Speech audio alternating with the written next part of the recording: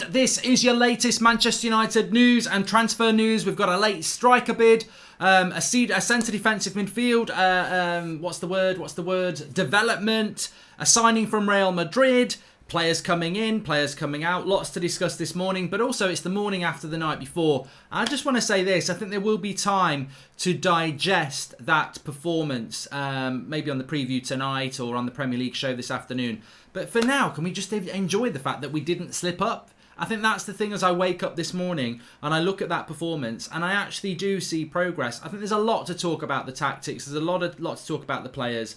But for me, now's not the time to do that because I actually think we should enjoy the 3 points. Because I'll tell you what, that's the same United side that when Ollie had that first 3 months and then they bottled it in April, that's the same side again. That's the same. We were very close to doing that yesterday, but we won. So, you know, I think criticism and constructive criticism and not being happy with certain elements is fine, but we won that game. And a year ago, we don't win that game. And under Mourinho and Van Gaal and Moyes, we don't win that game.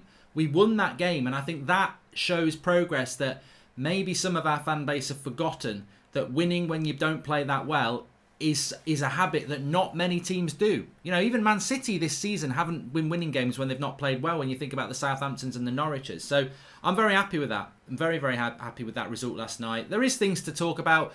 But look, let's start off with this late transfer bid. It's Victor Osimhen of Lille. He is Nigerian, 21 years of age, 6'1". I spoke about him a few weeks ago and I said, look, you know what? As a player to come into Manchester United, to be with Igalo, who obviously would be, I presume, one of his idols. Certainly, you know, he's probably Nigeria's most iconic player at the moment. Victor Osimhen could be that next Igalo type hero of Nigeria. Come to Manchester United. Igalo goes in January. Victor Osimhen's very young, scoring goals off the bench. And Man United have a player that, you know, can definitely develop into our future. So, look, he's changed his agent and he would love a move to the Premier League, but there's not been any Premier League interest. So, Napoli look like they're going to get him for about 50 million. There is this talk now in Italy that Manchester United have made a late bid for him. Now, again, I'm going to talk about Thiago in a moment, but again, I feel that this is just the use of Manchester United to boost his wages by the agent, or to get a fee bigger from Lille. I think we're going to see Manchester United mentioned by a lot of clubs at the moment, and I don't think we are in for Victor Osimhen, because realistically, if we wanted to buy a striker, we could have just bought Timo Werner for £49 million, and we didn't enter that race. So I don't believe we're in for Victor Osimhen at all. That's my feeling about it, but it is a breaking news story this morning. You know, that's what we do. We talk about the news. That's what fan content should be about. So, yeah, I don't think so. Would I take him? Yeah, I would do. I think he fits the profile perfectly. He's quite tall for a striker who is also quick. He scores goals. He's young. He's 21. He's ready to take that step. But I just don't think Manchester United are looking at doing that sort of deal for him. But that's the story around him. And obviously that Nigerian connection.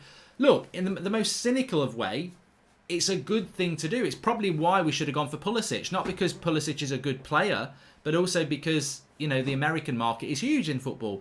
And as we've seen with Igalo, the positive spin in Africa and Nigeria especially, and the interest in Manchester United, that's the sort of business decision that I would applaud our club for. So, you know, maybe they should be looking at Osimhen, but I just don't see it. And as Creston says, I think Napoli are going to sign him, which is what I think. Which feeds into Thiago as well, because this morning there is now a story, I think it's from Christian Falk at Sport Bild, who mentioned United and Bayern Munich earlier in the week. I'm pretty sure it's him, or it's a good outlet from Germany saying that Liverpool want Thiago. This again fits in with what I've said yesterday. I feel that Manchester United are being used by Bayern Munich here to boost the fee. They know that Liverpool won't want to spend good money on Thiago because they obviously haven't got a lot of money. So you throw Manchester United into the equation and maybe the price goes up. We won't be looking at Thiago. He is not the sort of player that we want, and he's a good player, but at 29 and injury prone, we won't look at Thiago. We just won't look at that sort of a player. We do need a centre-defensive midfielder though. I think last night scared me in a way because Matic comes on and we look really good again, and there's a flow from back to front. Matic isn't on and we can't get the ball from back to front. And that's in a sentence, that problem last night. Well, whatever you think about Matic, there's clearly a concern about him playing 3 times a week. Well, I'm sorry, at Manchester United, you're going to have to play 3 times a week.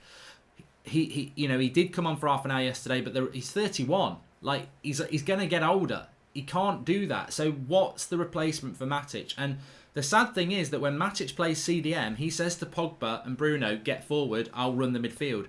When McTominay or Fred plays there, they've got to have somebody holding their hand. They've got to have a Pogba. And that makes us far less expansive as a team. And what I would say about last night is, my mate messaged me last night when I'd finished all the match reactions, and he said, very happy with the result, but we would have got pumped by a decent team last night. And I think we would have done. I think Crystal Palace had a good enough control of the ball around the edge of our box that a quality team would have taken advantage of us. So we've got to solve that Matic problem. Personally, Fosu Mensah last night did a decent job at left back, not going forward, but defensively he did quite well. There's a lot of people for many years on this fan community, we've had this discussion about Fosu Mensah. Could he be the CDM that we need? Well, I tell you what, I'd give him a go because he's got the mobility. He's good at breaking up the play. If you look at what he did last night, he's very good at those nip in and get the ball. And I think that in this, look, I would give Fosu Mensah a go at CDM. I think he is the sort of CDM that I would like to see. I don't think, I'm not saying he will do it, but I think if you're going to try and turn McTominay into a CDM, or you're going to try and turn Fred into a CDM, we should definitely try Fosu Mensah in there, because I don't see it. I don't see McTominay. I think McTominay's a box-to-box player. I think Fred is probably a box-to-box player as well. CDM is such a specialist position. I played there. When I got older, I played there. I'm sure many of you've played there. I'm sure many of you know the role. This is a position where you've got to have 360 vision. You've got to know what's going behind, and you've got to know what's going on in front. You've got to have a very good first touch, and you can't be hesitant with that first touch. Sometimes you've got to ping it off quick. If you look at someone like a Carrick, you've got to have confidence. You've got to have total confidence in yourself. You think about Gerrard when he was coming towards the end. He went and played in that position. I just don't see the trait. And look, McTominay's proved people wrong before. He could do it. Maybe Fred could do it. But I would just give Fosu Mensah a go. Hi, Mark. Would be a better CDM. Who would be a better CDM? Man United have the Reds Mastic again, says Luke Canner. Well, I think we've just spoken about that. So that would be him for me. I think that he would be the perfect sort of player. I just want to jump in on this as well. I saw a story yesterday and it made me want to throw up. It's not Jeff Hendrick. That's bad enough. But it's let's not get Jadon Sancho. Let's get Willian on a free and invest somewhere else. I'm like, oh my God. Willian has been crap the last two games for Chelsea. He was very, very good the first few games. Willian's playing for a new contract. Speak to Chelsea fans about Willian. Most of them want him to go, even though he's been their best player since lockdown. Because what Willian does, it's a bit like what Ashley Young used to do. They'll have 4 or 5 worldy games where you think they could be one of the best players in the world, and then they'll have 10 average games. We do not want Willian. No way. I would rather play Lingard on the wing than Willian, because at least, he wants to be at Manchester United. Willian is just Mr. Inconsistent. We're not that team. That's the sort of thing Stoke City used to do when they were in the Premier League. Let's get Willian on a free and give him 200k a week. No, no, no, no, no.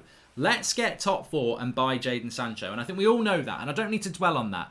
Look, I said it last night. Mason Greenwood, last 2 games, not played very well. For 2 games before that, played absolutely superb. He's the next best thing in the world. For me, he's still the next best thing in the world because he's 18. He's inconsistent. That's what happens when you're young. He's going to have good games. He's going to have bad games. That's how it works. I still think Mason Greenwood's going to be a great player. But when you're looking at next season, I think what we've seen in the last month is that Mason Greenwood next season is not going to give you consistency. Far from it. You need somebody to come in and give you consistency like Rashford and Martial offer. And that is why Manchester United need to go and get Jadon Sancho. Arsenal are going to get him, says Jeremiah Martins. The only thing Arsenal are going to get is 8th place. And Kante is going to shut your midfield down on Sunday, says Jacob. Mate, look, we're doing the preview at 8 o'clock tonight, so I'll discuss the Chelsea game there. But could not give a toss about Sunday. I've got no interest in Sunday. The next, I'm going to watch it. We'll do a watch along and I hope we win. But there's a way I would approach this game, and it's not like, oh, well, let's play all our best players. If you're asking me, who do I want to beat, Chelsea or West Ham? I want to beat West Ham. So Chelsea, you can love this final. You can love this semi-final. You can be all over it like, a fatty on cake. I don't care. But the reality is I'm not bothered about that Chelsea game. I'm interested in Chelsea against Liverpool on Wednesday, Manchester United against West Ham on Wednesday, and Leicester against Spurs on Sunday. That's the game I'm interested in, and then Leicester. Because I tell you what, the FA Cup ain't ever going to deliver me Champions League football and Jadon Sancho, but beating West Ham and Leicester will. They're the big games. They're the priorities. It's a sad, it's sad, so sad. It's a sad, sad situation, and it's getting more and more absurd, as the great Elton John once sang. And it's true. It's true. It's a sad situation that the FA Cup is not important as a league game against West Ham. But it's true. It's true. And I will love it. I will love it if Chelsea do beat us on Sunday. And I'm not going to love it if Chelsea do beat us on Sunday. But I will love it if Chelsea do beat us on Sunday. Give it the big un. And then we win against West Ham and they lose against Liverpool and we're above them. Because I would take that. I mean, you want both. Dino Sims is right. You do want both. Love the videos. Disappointed with the Palace result last night. But please can you wish my friend Calum a happy birthday and call him a prat, says Matthew Burke. Happy birthday to Calum. You're a prat, Calum. Not my words. The words of Matthew Burke. There you go. So yeah, let's move on. I want to talk about Alexis Sanchez for a moment, actually. He got another goal last night for Inter Milan. They're now up to second in the Serie A. He's got 3 goals and 8 assists for Inter Milan. He's actually doing very, very well. Leicester's next game is on Sunday, Mark Whitten. And Andrew Ryder says, if United, Leicester win their season next game and Chelsea lose to Liverpool, both us and Leicester will only need a draw against each other. Thoughts? Yes, Andrew Ryder. That is an interesting situation. But look, what if Chelsea don't lose to Liverpool? So look, I'd rather Leicester drop points against Spurs, to be honest. I think United and Chelsea will get top 4. I said in lockdown, United 3rd, Chelsea 4th. Let's see. But yeah, so Alexis Sanchez is doing really well at the moment. There's only one positive for this for me. We get to sell him. I don't want to hear Sanchez is doing well. Let's give him another chance. Again, this is a Stoke City when you're in the Premier League mentality. Oh, look at this shit player that we spent too much money on. He's doing well on loan. Let's bring him back and let him screw up the morale again. No, no, no. I don't want Alexis Sanchez back at Manchester United. I don't think Ole Gunnar Solskjaer wants him back at Manchester United. But what you want is what happened with Lingard last night. I don't think Lingard came on and set the world on fire last night. But he came on last night and showed that he can do a job. And that, to potential suitors, and Mino Raiola, is great. He'll be able to go, look at Lingard last night. He did quite a good job. 20 million. Let's take it, West Ham. You sell the player. Alexis Sanchez. Look at Alexis Sanchez, what he's doing for Inter Milan. Second in the league in Serie A. Getting goals, getting assists. Come on. Come on. Show us the money. Get rid. That's what United need to do with Alexis Sanchez. So I'm glad that he's playing well at the moment. But do not come at me and tell me that he's got a few assists in Serie A, which is basically like watching the Premier League on slow play, and let's bring him back and screw up our morale. I mean, look, for one thing, let's bring Alexis Sanchez back. He's got a few assists in Serie A against bloody Livorno and Brescia. He's doing great things. He's fantastic. So yeah, let's bring Alexis Sanchez back. What happens day one? Walks in. I want to play. Day one, I'm still on 350 grand a week, more than anybody else in the team. Everyone, it's just bad for morale. So I would say let's move him on. And the fact that he's doing well should make it easier. I mean, look, if he was sat at Inter Milan doing absolutely crap, he's coming back, isn't he? If he's sat at Inter Milan doing things, people are looking at him and going, you know what? He'd do well in La Liga. He'd do well in Serie A. Let's get him. The only issue is, look, if I was Man United, I'd take no money for him. As long as they're going to pay his wages, just get rid. But we're talking about 20 million quid. We don't want to loan him out next season, which I think is a clever move. But we also don't want to price ourselves out of a market. Is it realistic to get £20 million for Alexis Sanchez when he's on 350k a week? I don't know. It could well be one of the great deals that Ed Woodward's ever done, if he can get rid of it. I mean, look, signing him in the first place is the worst deal he's ever done. If you can get rid of him, he's half repaired it. Just remove him from the club, definitely. Reports from Argentina that I can never remember the name of the club that Rojo is playing for, but they're more confident that they can get him to stay. I think Rojo wants to go to Argentina, go home. So somebody's got to find the money to buy him. So if you're, at the end of the day, if I was Manchester United, I would say, look, if you want to play in Argentina, you have got to take a pay cut, because we are not going to let you go for cheap. We want some money. We want 5 million quid. So you're going to have to swallow up some of that loss that the club are going to make in wages. If you want to go back to Argentina, you ain't going to earn the money you get in Europe. So Rojo's got to be realistic about that. Otherwise, you come back. Also, we've signed a player from Real Madrid, 17-year-old Alvaro Fernandez. I don't know whether it's official yet, but he's turned down a new contract with Real Madrid and is expected to join up with the Manchester United youth setup. I don't know anything about him. I think he's a left-sided defender, so left-back, I presume. And yet again, it's another example of Manchester United buying in these young, talented players from around Europe. Look, all I'm going to say about it is, why not? And why not? But what needs to happen with this is, and it's not happened yet, we've been doing this. When did we get that lad from Spain? Is it Pigmol? I probably announced his name, Pigmol. I probably announced it wrong, but we've been doing this for quite a while now. And I remember us getting like a 15 or 16-year-old from Coventry, and this has been going on for a couple of years. We need one of those players to come through,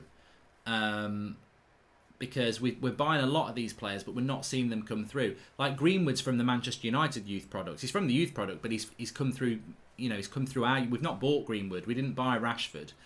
We didn't buy Brandon Williams. We didn't buy Scott McTominay. They've come through the youth setup. There's a lot of players in our youth setup that we've brought in at 15, 16, 17. Be interesting to see when some of these players are going to start coming through, because then otherwise, all this recruitment of young players hasn't worked. Now, Chong came in, to be fair, and Fosu Mensah came in, didn't he, as well? But look, we've not had that great player come through yet that we've actually brought through. I mean, Pogba, years ago, he did come in from abroad, but what I'm talking about, in the last 4 or 5 years, we've brought in a lot of young players, and we've not seen that one come into the first team yet. So, yeah, I mean, Mr. Monobrow says to Heath Chong, like I say, we've not seen that great player come into the first team yet, which is what we want to do. Also, what else? Thiago, Osimhen, Willian, Fosu Mensah, Alvaro Fernandez. The chart show will be out on Sunday morning now, because we were met. I looked on MUTV last night and they said Ollie was doing his press conference at 10:30 today, which I thought was too quick a turnaround when you've been in London last night. So the press conference is actually tomorrow morning for the Chelsea game. So that means the chart show will get pushed back to Sunday, which is disappointing. I might actually do it tomorrow afternoon, actually. Scrub a lie out there. We are going to do the Premier League show this afternoon, and also 8 o'clock tonight for the preview. But takeaway from last night for me is the 3 points. That's what it's all about. I think you cannot overemphasize that. I think people are always going to have a moan, aren't they? That's always going to be the case. But yeah, it's just very important that Manchester United do win games when they're not playing well. And I felt that last night. Look, I watched KG Comedian's fan cam, and he mentioned the words York and Cole in relation to Rashford and Martial. Some people took real offence at this, but as somebody who lived through the York and Cole era, I take no offence in that at all. I mean, some people are like, oh, you're talking absolute nonsense. Like, York and Cole were a massive part of that 99 side, and they were absolutely amazing for that season. But that was their pinnacle season. If you look around that, it tailed off. So Marcus Rashford and Anthony Martial are not quite at the level of a Cole and York yet, but they are a lot younger, and they've been playing with each other for a lot longer.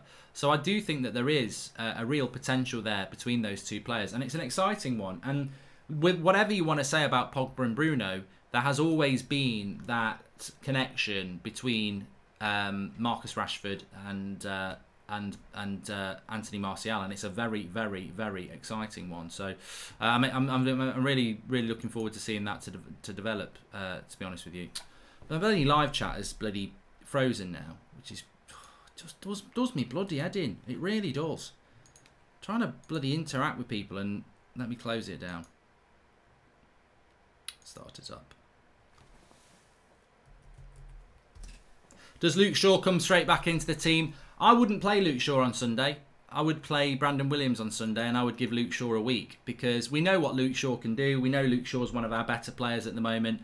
Why would you bring him in against Chelsea when you could play Brandon Williams? Hopefully, if Brandon Williams is fit. I think we will talk about Chelsea later on tonight, but it's about, for me, it's about Manchester United. Look, if we can beat Chelsea, we can beat them, but if not, or whatever. Do you think Ollie will play his strongest team against Chelsea to don't lose the win record, says Abu? Look, I think Ollie will pick a strong team. Yeah, I do. I think Ole Gunnar Solskjaer will pick a strong team against Chelsea, because I think he's done that before. Do you think West Ham are going to stay up, says Zed? Massive game tonight. West Ham against Watford. I mean, realistically, I prefer Watford over West Ham, but as a Manchester United fan, you've got to want West Ham to win, so that West Ham are pretty much... Well, let's have a look at that. I've got a funny feeling that if West Ham win tonight, they're safe. So West Ham are currently on 34 points. If they win tonight, they go up to 37 points. They've got a way better goal difference than Villa and Bournemouth. They'd be 6 points clear of them. So West Ham would be pretty much safe. And their West Ham's last 2 games are Manchester United and Aston Villa. So yeah, look, I think West Ham are going to, whatever happens, West Ham are going to give it against us, but they'll give more against us if we lose, if they lose tonight against Watford. I'd love to see Hannibal Mabry coming in the first team. He's very good for his age, maybe a little bit like Greenwood-ish, says Turge. Well, again, he is that player that we've brought in from abroad. He could be the one. You're right. He could be the one that comes into the team and, you know, is that first sort of player that we've brought in from abroad and, you know, comes through the youth setup and does really, really well. If West Ham win, they are safe, says Anch. Well, they're not technically safe, are they? Because there is still that 6-point gap between Villa and Bournemouth, so they could still be caught. But their goal difference is so good, I would say they're safe. I think both sides will play for a draw, says Ang. And also, Watford have to win. They have Arsenal and City to play, says Jared. Yeah, Watford could be caught. Watford could be caught. And what do you think about Ndembele? If you get to work with him the right mindset, he could be a great CDM with his great ball control, says Emmanuel Graver. 1, Manchester United won't go for Ndembele, and 2, Spurs wouldn't let us happen. Don't you think we need 2 more players of Bruno standards, says Brum. Look, again, last night, I think we saw again, didn't we, that the drop-off is too big from our first 11. I mean, we basically ended the game with our first 11, apart from, obviously, Lingard came in on the right-hand side and Fosu Mensah was playing at left-back. But the core of the team, the spine of the team, De Gea, Lindelof, Maguire, Matic, Bruno, Pogba, Martial, and then obviously Rashford. There's a big difference when you take one of those players out of the team. And look, of course, they can perform not as well as they did against Southampton, but when you bring in McTominay or Fred or Igalo or Dan James or Eric Bailly, there is a drop-off, and that drop-off is too big. He needs better players in that squad. I think what's happened in the last couple of games is that after the Bournemouth game, there was a lot of talk, and I was confident as well, but there was a lot of talk about winning the title next year. Get Jadon Sancho will win the title next year. I think what we've seen in the last 2 games is that over a 38-game season, we won't be winning the league next year. We don't have the squad depth. I think we're getting there in relation to consistency. Last night showed that we can win when we play badly. That's great. But I don't think we've got the squad depth. And I think part of the reason we played badly yesterday was because of the changes. We missed Luke Shaw. Greenwood didn't play particularly well. Maybe he's got a bit of a knock. And McTominay forced Pogba to have to play deeper, and they didn't play well. So when we play our first 11 for 38 games, I think we could get into a title race if everything went well. But with that squad, it won't happen. Imagine not buying Werner. Well, we didn't. James, we don't need to imagine it. We didn't.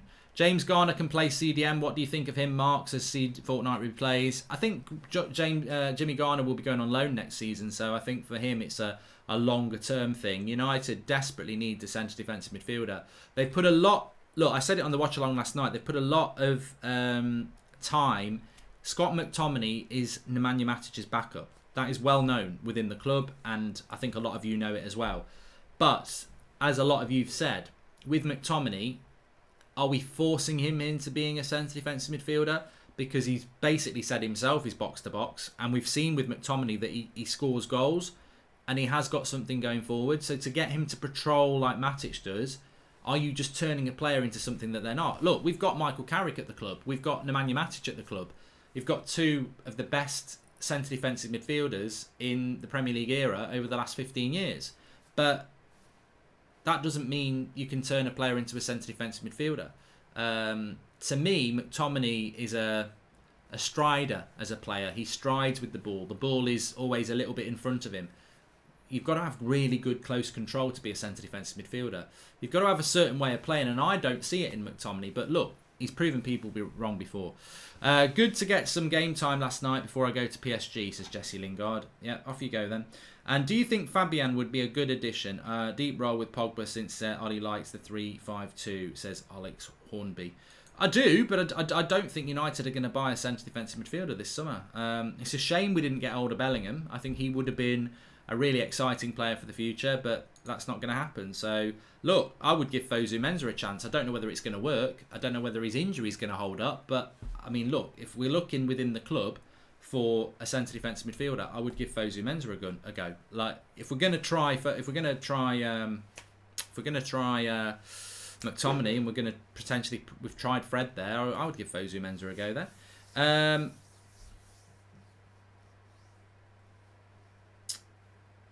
Who's the person in the thumbnail?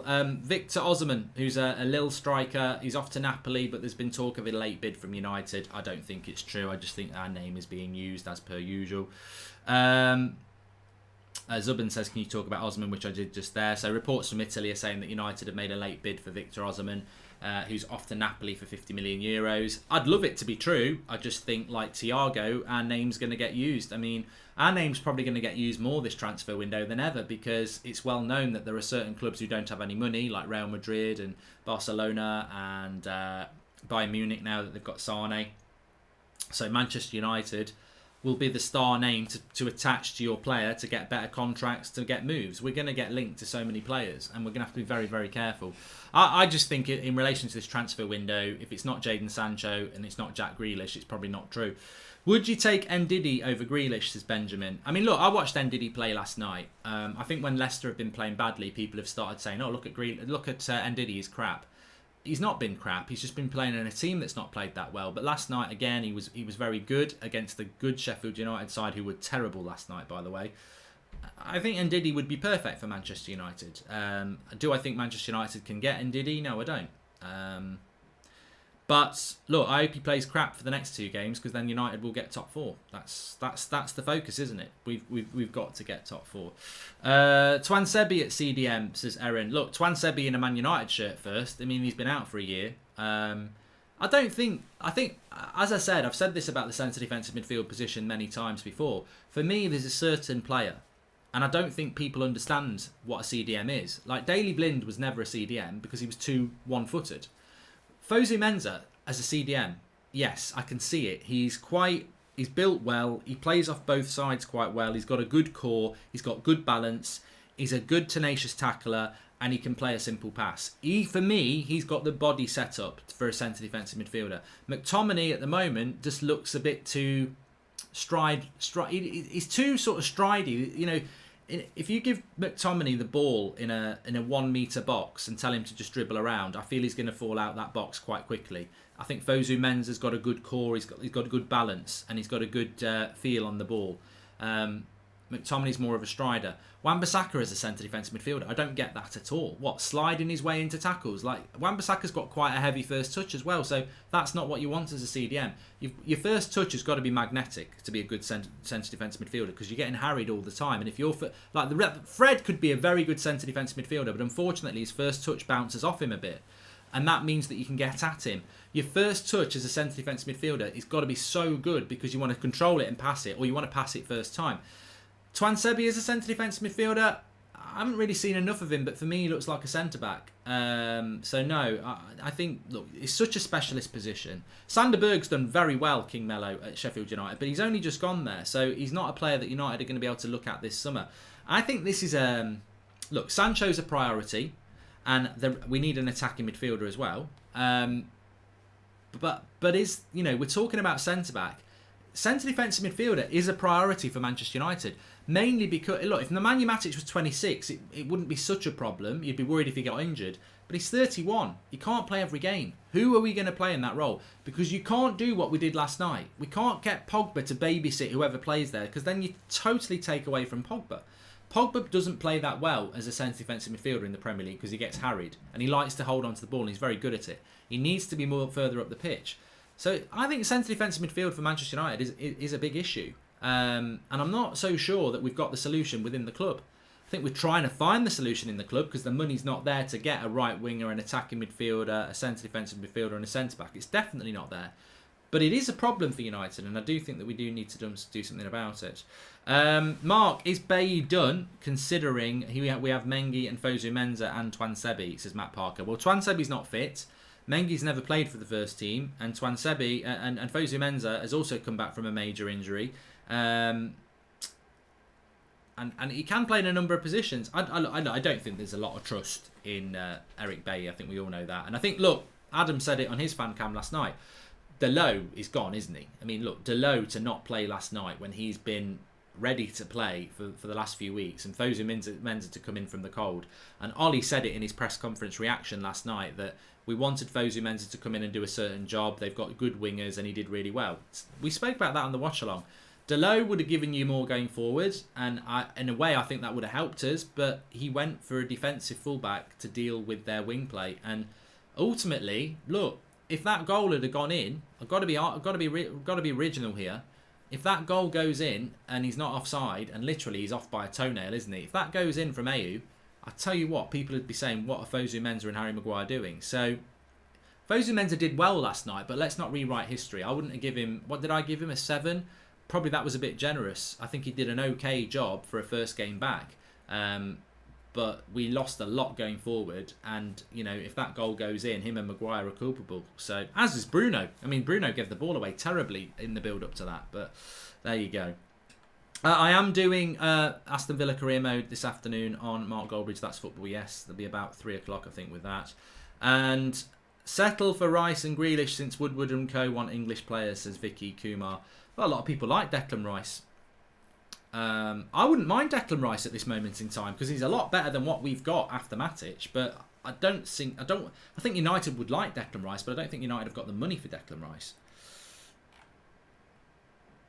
Mark, does Ollie's team selection depend on who wins between Arsenal and City? Because he might see the final as a certainty if Arsenal somehow beat City.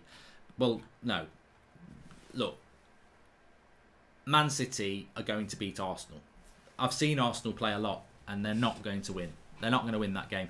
They got very lucky to beat Liverpool. Like, Liverpool gifted them 2 goals, and then they missed a load of sitters. There's no way that Arsenal are going to get 2 games in a row like that. It could happen, but what's the likelihood of Arsenal playing 2 teams that are going to dominate them? They miss all their chances, and then they gift them 2 goals. So it will be Man City in the final. And I think Ole Gunnar Solskjaer in this instance, and we'll talk more about it at 8 o'clock, but we've got literally 2 days break and that team looks tired, and then we've got 2 massive games against West Ham and Leicester. He's got to keep that team fit for the West Ham game. West Ham could be coming to Old Trafford playing for their lives. Do you want a team that's tired in that game? I don't think it's a good idea. Longstaff can stay a long way away, JT. Thoughts are Thomas Partey or Saul Niguez? Who do you prefer? Saul Niguez, 6-3-4, definitely. And PSG and Rashford got no chance. Absolutely no chance. Unless Marcus Rashford hands in a transfer request, which he never would do. There's absolutely no chance of that happening. What do you think of the fact Ollie put Lingard and not James on? To be fair, Lingard played well. I mean, look, I think that was about experience. Ollie said that a few times this season. I think he brought Lingard on for Dan James for experience.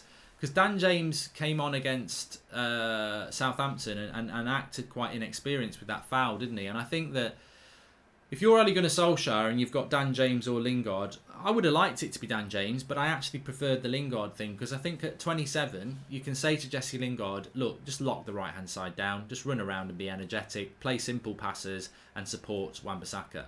If you say it to Dan James, he's a young lad. If he has a bad first touch, does he start to lose his head a bit? Does he lose his discipline? I think it was about experience and I think it worked. So look, he could have brought Dan James on. Maybe he should have started Dan James. I think Mason Greenwood with a knock in a game like that against Van Aanholt, he probably needed somebody. And Van Aanholt got a lot forward a lot, and hopefully his injury's not too bad.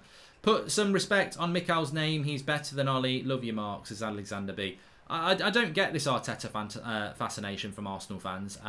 You beat Liverpool because Liverpool played badly. Arteta is miles off being a good coach. He's going to need a lot of money and a lot of patience, and if Arsenal fans give him that, I applaud them, but they won't normally do it. What about Tonali, says Mohammed. Look, if I could get United Tonali at United, I'd do it. Will United be in for Tonali? No, they should be in for Tonali. He'll stay in Italy though. He would be, look, I think Tonali would be a brilliant signing for United, because what you want is a centre defensive midfielder who's going to be an understudy to Matic and who's going to be happy to learn, and that's what you need. I think we're trying to do it with McTominay, but I think we're trying to do it in a way where we're turning a player who's not a centre defensive midfielder into a centre defensive midfielder who won't get enough. I mean, the thing is, McTominay won't get enough games to develop either.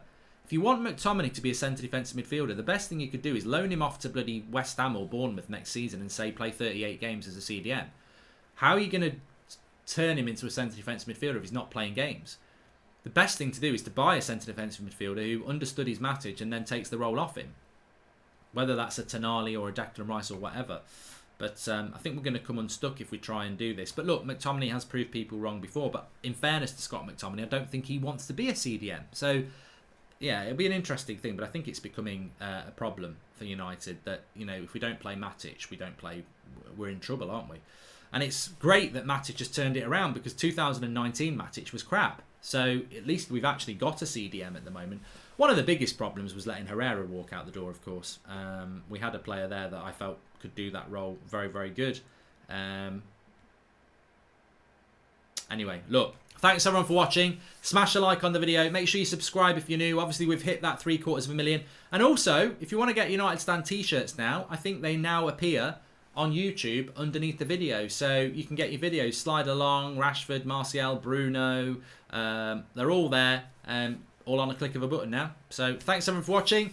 Premier League show will be up this afternoon with me and Flex. We're in the studio, and then 8 o'clock tonight for the Chelsea preview. So lots of content today. Happy with the result, and I hope you all have a good day, and I'll speak to you a little bit later.